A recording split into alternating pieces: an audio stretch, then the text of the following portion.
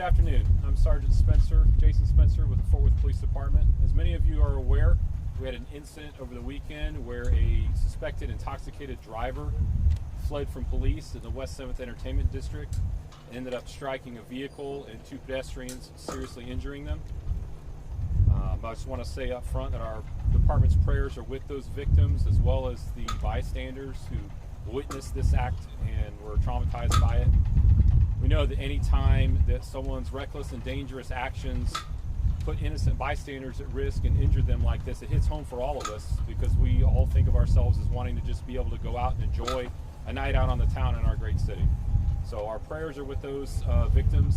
I also want to say that impaired driving is inexcusable at this point. There are just too many viable options for getting home safely, from ride shares to taxis to calling a friend to having a designated driver. So we just want to emphasize that.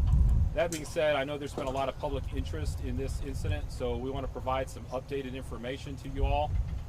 We've also uploaded some video from the dash cams to our department's YouTube page, and they'll be available for you all as well. So at about 10:06 p.m. on Saturday, January 27th, officers that are assigned to the West 7th Entertainment District were just on patrol, driving down Foch Street near the Bar District. They observed a dark gray pickup with no lights on exit from the parking lot at about 1000 Foch Street and attempt to drive the wrong way down Morton Street westbound. This is a one-way street and oncoming traffic was facing them. The truck eventually figured that out, backed up and almost struck the parked police car.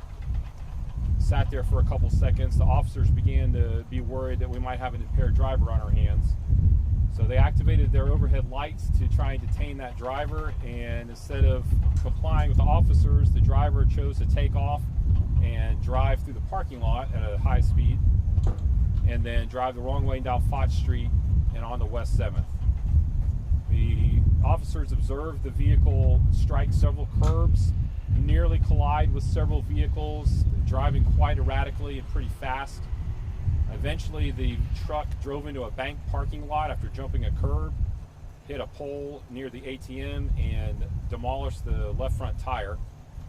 That did not stop the driver, who kept driving back westbound on West 7th Street with basically on the rims, and eventually drove right through the intersection at University and West 7th. He had to drive around, stopped traffic, struck a traffic sign pole, and went through the intersection, and then struck a car and two pedestrians who were crossing the street on the far side of the intersection.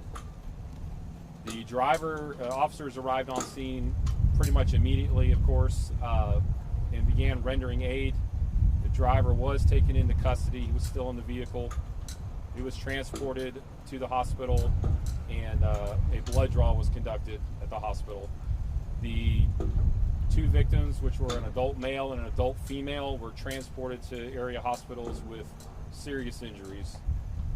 I can tell you that the suspect is still in jail on a $95,000 bond. He has a charge of intoxication assault in a vehicle with causing serious bodily injury, evading arrest or detention in a vehicle causing serious bodily injury, and unlawful restraint.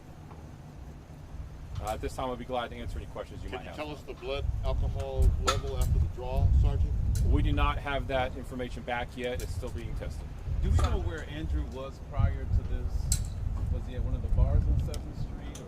Or? The traffic investigation unit detectives are still looking into all of that. That'll be part of the complete investigation. Yes. Sergeant, did officers follow department policy when engaging in this DWI suspect? That's a great question.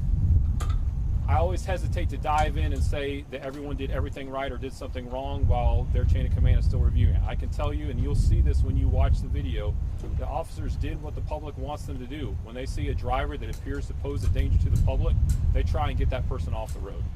What is the department's policy when it comes to chasing DWI suspects? Well, as you all know, our pursuit policy is currently the subject of some litigation, so I'm going to be very careful about getting into too much detail about that.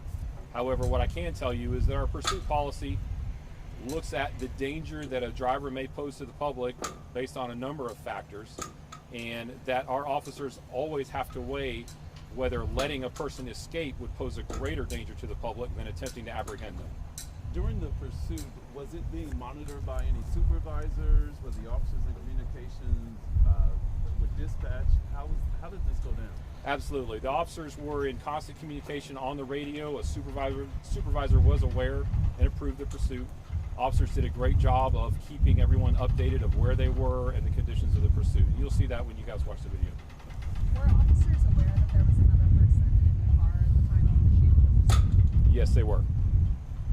I'm curious, you mentioned 2 victims in serious condition. Were those the pedestrians? What about the 2 in the vehicle that were shot? So that was the pedestrians I was referring to. The driver was also transported with some significant injuries to the hospital. The passenger was checked out, and released at the scene. What about the other car? The information I have is that driver was not transported to the hospital. So the injuries there, the one in the 2 in the front and the 2 pedestrians. Yes, sir. The restraint charge. The suspect does not have any prior alcohol-related offenses. But any other situation? I don't have that information, but I can get it to you after. The restraint charge, what was that related to? After speaking to the passenger that was in the vehicle and the officer's observations, it turned out that he was trying to get out of the vehicle and the driver wouldn't let him. So they were able to make the elements of the offense for unlawful restraint. Were there any drugs, alcohol, or weapons found in the car? I can tell you that evidence of alcohol was found in the car. In terms of any other types of substances, that's all going to be part of the full investigation. This other person in the car, was it a female, was it a friend, was it a relative? Who was that person in the car?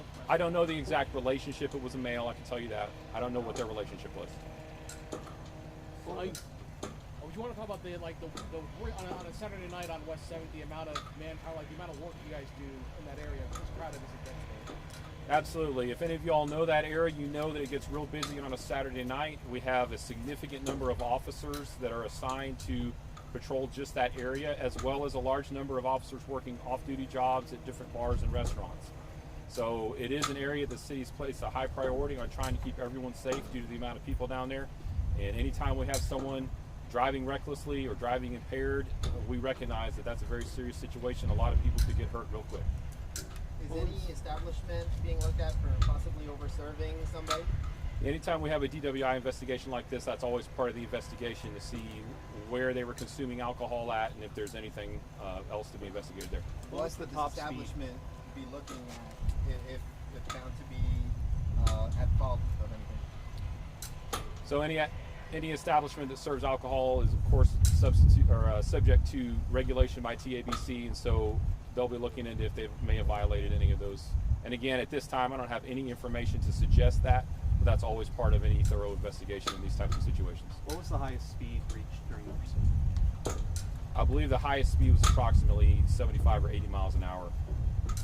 What's the policy for actually reviewing whether a vehicle pursuit, not policy or not? I know you can't speak to the specific policy, but. Sure. Every pursuit that occurs in the city of Fort Worth, regardless of what happens, is reviewed by the entire chain of command from that officer's immediate supervisor on up to their divisional chain of command and the executive staff level. And each level looks at policies and procedures and the judgment used in that pursuit and makes determinations. I'll take one more question. The injuries he sustained, was it from the accident? Yes, sir. Okay, thank you all for coming out. Appreciate you all. That's all we have for today.